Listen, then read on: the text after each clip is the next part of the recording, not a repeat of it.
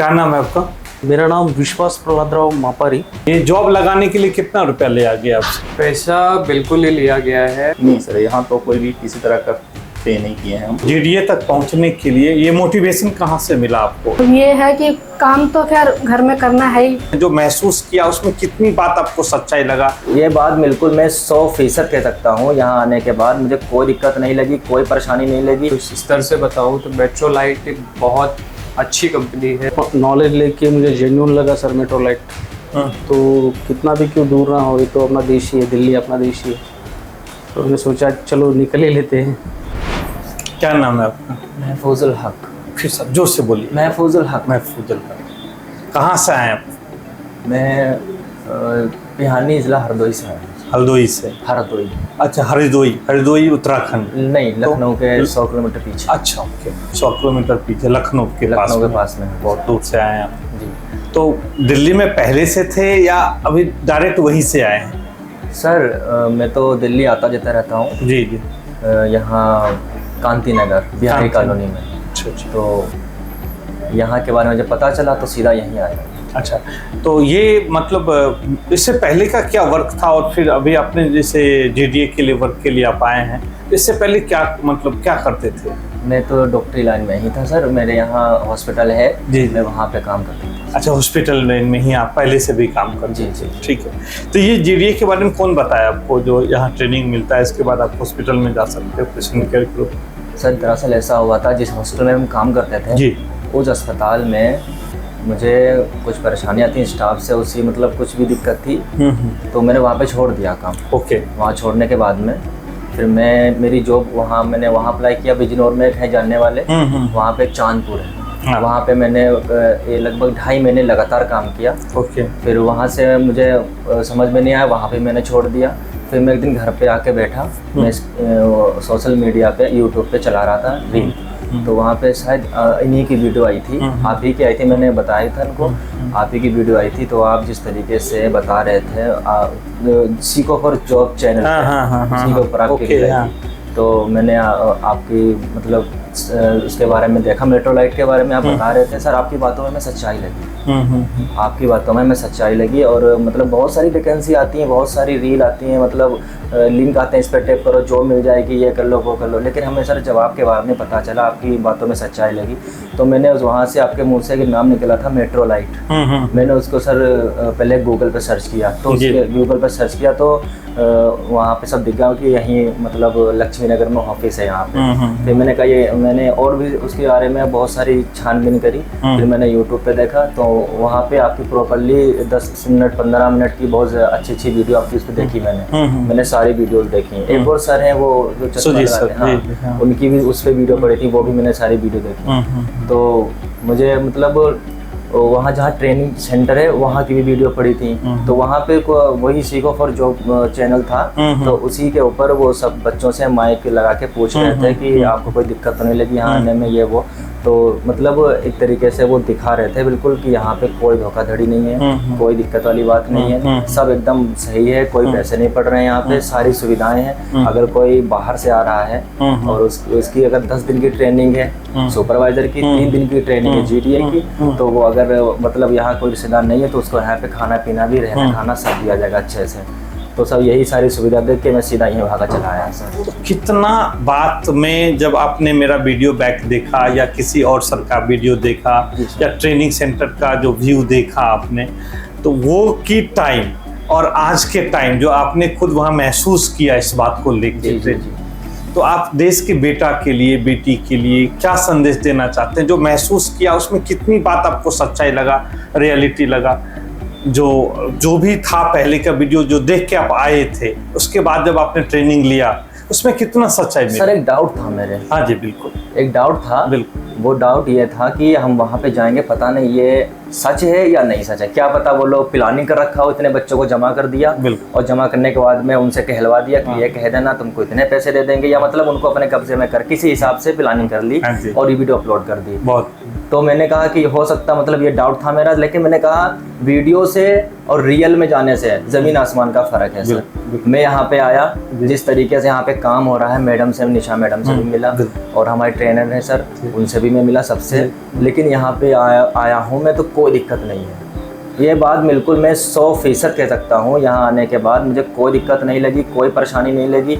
हम एक दिन यहाँ पे रुके भी थे, मैंने मैम से बोला था मैं अप डाउन नहीं करूँ, मैं तो यहीं रहूँगा, मुझे कोई दिक्कत नहीं लग रही है। तो मैम ने मेरे लिए खाना भी भिजवाया, मैंने आराम से खाना खाया। फिर एक सीलमपुर से मेरे भाई हैं एहसान भाई, उन्होंने मुझे फ़ोन किया, उन्होंने बोला तुम अप डाउन कर लो, वहाँ पता नहीं कैसा क्या रहना होगा। मैंने कहा सही है, कोई दिक्कत नहीं, लेकिन फिर भी उन्होंने बोला जब पास ही में तो चले, यहीं ज़्यादा बेहतर है। तो मैडम से मैंने बोला कि मैं अप डाउन कर लूँगा, मैं ट्रेनिंग सीलमपुर से लक्ष्मी में आ जाऊँगा मेट्रो से या बस से आराम से। तो मैं अप डाउन करने लगा। लेकिन मैं सबको यही बताना चाहूँगा, आराम से आप आओ, जो डाउट है आराम से यहाँ क्लियर करो, आके जाए 1000 सवाल करो, सारे सवालों के जवाब मिलेंगे मेट्रो लाइट में। मेट्रो लाइट एक समझ लो बहुत ही भरोसेमंद और बहुत ही बिलीव करने वाली कंपनी है, वो कोई दिक्कत नहीं है इसमें। बहुत धन्यवाद जो आप देश के, हमारे लिए नहीं, इस देश के बेटा के लिए, बेटी के लिए, जिसका फ्यूचर लग रहा है, जो मतलब या तो कोई उसके साथ फ्रॉड कर लिया है या उसके मन में कोई चीज़ का द्वंद्व चल रहा है, घबराता है दिल्ली आने से, जो हो सकता है जब हम फ्रॉड में फंस जाएं या कुछ, तो आपके माध्यम से बहुत लोगों की क्लियर हो सकता है जो नहीं आना चाहिए, एक भरोसा करना चाहिए। जिससे मन में आपकी भी डाउट था तो क्लियर किया, तो आपके वीडियो को देख के बहुत सारे लोग ऐसे होंगे तो एक भरोसा करके आएंगे और अपना फ्यूचर ब्राइट कर सकें। अच्छा चलिए हम लोग कुछ ट्रेनिंग पर आज बात कर लेते हैं। जब राहुल सर आपको कैसा लगे, मतलब ट्रेनिंग में कैसा फील हुआ जो उनका, अगर हम आपको 1 से लेकर 10 तक अगर हम देते हैं रेटिंग, उसमें क्या राहुल सर का होल्ड करते हैं, कितना पोजीशन होल्ड करते हैं 1 से 10 में? सर राहुल सर ने पहली बात तो सर का बात करने का तरीका और पढ़ाने का तरीका एकदम बढ़िया है, सही है। जिस तरीके से उन्होंने एग्जाम्पल दे के, प्रैक्टिकल दिखा के हमें समझाया है सर, दिल दिमाग में उन्होंने इस तरीके से बात को बैठा दिया है, मतलब बहुत अच्छी ट्रेंड कर दिया। हॉस्टल में कैसे काम करना है, कैसे सबसे पेश आना है, बिहेवियर के बारे में, रूमिंग के बारे में, और बहुत वॉशिंग के, हैंड वॉशिंग के बारे में, स्पिल के बारे में, वो और क्या कहते हैं उसको, हर एक चीज़ के बारे में, मतलब जो GDA में काम आता है वो सब मुझे टोटली A to Z बताया अच्छे से। अच्छा चलिए एक बात, R1 का क्या यूज किया जाता है? R1 सर, R1 वो है जैसे वॉशरूम को क्लीन करने के लिए किया जाता है। बहुत अच्छी बात। अच्छा बायोगैस में जो येलो कलर, इसमें हम क्या डालते हैं? Yellow colour sir, yellow colour dustbin ये है, जैसे शरीर के पार्ट जो होते हैं, बिलेट से स्विमिंग पट्टियाँ जो होती हैं, और जो सर ग्लव्स होते हैं जो 75% खून में सने हुए होते हैं, और एक्सपायर्ड मेडिसिन वगैरह, और जो स्पिल का जितना सारा सामान है वो सब येलो में जाता है। और जो ग्रीन होगा जी, ग्रीन में क्या डालेंगे? सर ग्रीन में जो किचन के लिए वर्कर में काम आता है सर, ग्रीन में डालेंगे। वाइट में सर जितनी भी सर्फ कंटेनर जो होते हैं, नुकीली चीज़ होती हैं, जैसे सुई हो गई, सुई, और जो शीशे के जो महीन से कट्स होते हैं जिनसे हमें नुकसान हो सकता है, जो चुभ सकते हैं, वो सब वाइट में जाते हैं सर। बहुत अच्छा। रेड में सर, रेड में क्या कहते हैं, प्लास्टिक की चीज़ें आती हैं सर, जैसे IV सेट हो गया, यूरो बैग हो गया, और जो ड्रिप बोतल होती है वो उसमें जाएगी सर। ठीक है। तो व्हीलचेयर पर किसी भी पेशेंट को जब हम शिफ्ट करते हैं तो सबसे पहले हम क्या ध्यान रखते हैं व्हीलचेयर पर बैठाने से पहले? सर सबसे पहले तो हम, अगर पेशेंट आया तो सबसे पहले हम व्हीलचेयर लेने जाएंगे। जो व्हीलचेयर सबसे ठीक होगी सबसे पहले उसको उठाएंगे, ब्रेक जिसके बिल्कुल ठीक ठाक होंगे, व्हीलचेयर लेके आएंगे हम। सबसे पहले व्हीलचेयर के ब्रेक लगाएंगे, और जो सामने पैर रखने वाला जो होता है उनको पहले हटाएंगे हम, ठीक है। और उसके बाद में पेशेंट को उठाएंगे आराम से, और उसको अगर पेशेंट जैसे मान लिया चलने की पोजीशन में है तो पीछे से पकड़ के धीरे चला के लाएंगे, और नहीं तो अगर बिल्कुल भी चलने की हालत में नहीं है, कुछ थोड़ा बहुत चल रहा है तो सहारा दे के उसको बैठाएंगे उस पर। फिर बाद में जो उसके पैर होते हैं ना उसको बैठा देंगे, जो साइड में जो वो होती है रबड़ उसको लगाएंगे। अगर सर हम यहाँ से लगा देंगे तो गला दब सकता है, लेकिन अंदर से लगाएंगे ताकि, और हाथ जो होता है ना, बहुत से जो पेशेंट होते हैं वो ज़्यादातर ऐसे ही बैठ जाते हैं, लेकिन उनके हाथ अंदर करने हैं हमने ऐसे, अगर कम जगह है तो आसानी से निकल सकें स्पीड में लेके। फिर सर ब्रेक हटाएंगे, और अगर जैसे मान लिया मुझे किसी चीज़ पे चढ़ाना है और वो इस तरीके से है, तो अगर ऐसे चढ़ाना है तो पेशेंट का जो सर चेहरा है, फेस, उसको ऊपर ही की तरफ रखेंगे, और जब उतारेंगे तो फिर भी फेस ऊपर ही होना चाहिए, हम पीछे हों, ताकि पेशेंट जो है आसानी से उतर सके और चढ़ भी सके। बहुत अच्छी। जब आप पेशेंट के साथ काम करते हैं, पेशेंट के रूम में रहते हैं जी, तो सबसे ज़्यादा ध्यान आपको किस पे होना चाहिए?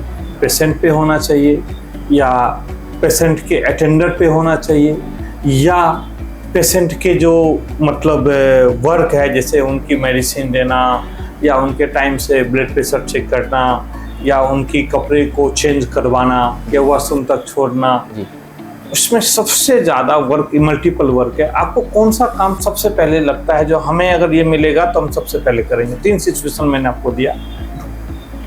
पेशेंट के रूम को ध्यान रखना, हाँ, सेकेंड पेशेंट पे ध्यान रखना, तीसरा पेशेंट के जो वर्कआउट होता है जैसे ब्लड प्रेशर चेक करना, उसके कपड़े चेंज करना या अदर उसके वॉशरूम तक छोड़ना। आप सबसे पहले या सबसे ज़्यादा ध्यान किसको रखें? सर पेशेंट के ऊपर ध्यान रखेंगे हम। सर इसी में सब कुछ आ जाएगा। पेशेंट जब ध्यान रखेंगे हम तो सर उसमें हमें बीपी भी चेक करनी पड़ सकती है, उसको लेके वॉशरूम तक भी जाना पड़ता है। तो कुल मिलाकर जितनी ज़्यादा पेशेंट की केयर करेंगे और अटेंडर जो भी उसका साथ में बैठा होगा वो मेरे काम को देखेगा तो वो खुश होगा और वो जब उसकी मतलब जिस तरीके से हम हेल्प करेंगे उसको बिल्कुल अपने घर की तरह उसके साथ ट्रीट करेंगे, अच्छे से व्यवहार पेश आएंगे उसके साथ में। और तो जब उसकी छुट्टी होगी वो जाएगा तो एक दूसरे को बताएगा तो उस हॉस्पिटल में स्टाफ अच्छा है, तो इस तरीके से और ग्रोइंग होगी, अच्छा लगेगा सर। एक अटेंडर को आप किस तरह से अटेंड करेंगे? जी, एक अटेंडर को पेशेंट जब पेशेंट रूम में एक अटेंडर होता है उसकी व्यवहार आपके साथ किस तरह का अटेंशन रहेगा? सर जितनी अच्छे से हम उससे पेश आएंगे उतना ही अच्छा रहेगा सर। उसको डांटेंगे नहीं? नहीं सर, क्योंकि सर जितने अच्छे से उससे हम पेश आएंगे तो उतना ही अच्छा लगेगा हमें भी और उसे भी। ग्रूमिंग से क्या सिखाया गया आपको? सर ग्रूमिंग में ये होता है कि सर से लेकर पैर तक जिस तरीके से नियम बताया गया है मेट्रोलाइट में बिल्कुल उसी तरीके से, बाल बिल्कुल छोटे छोटे हों, मतलब ज़्यादा भी छोटे ना हो, सही हो, शेव अच्छे से बना होना चाहिए और मास्क भी लगाना चाहिए और कैप भी लगा होना चाहिए सर, और टाई वगैरह मतलब ये कार्ड भी वगैरह हो, शूज़ भी अच्छे से पहनो और जूतों में अच्छे से पॉलिश हो, बिल्कुल अच्छे से मेंटेन हो ताकि लगे कि एक मेडिकल लाइन का मतलब हॉस्पिटल का एक नर्स या स्टाफ जा रहा है। आपकी डिग्री क्या है आपके पास? सर मेरे पास मैंने बीएससी प्लान कर रखी थी, उसकी भी डिग्री नहीं मिली है सर। और एक होती है CMS एंड ED EMT, वो सर मैंने कर रखी है, उसके पास वो सर्टिफिकेट है मेरे पास उसका। चलिए, आपका बेस्ट फ्यूचर हो जी, आप मेट्रोलाइट में बहुत आगे बढ़े और मेट्रोलाइट में आपकी प्रमोशन हो और फिर एक ऑफिसर अच्छे रैंक पे पहुंच के आप उनसे फिर मुलाकात। Thank you sir, thank you. Welcome, all the best.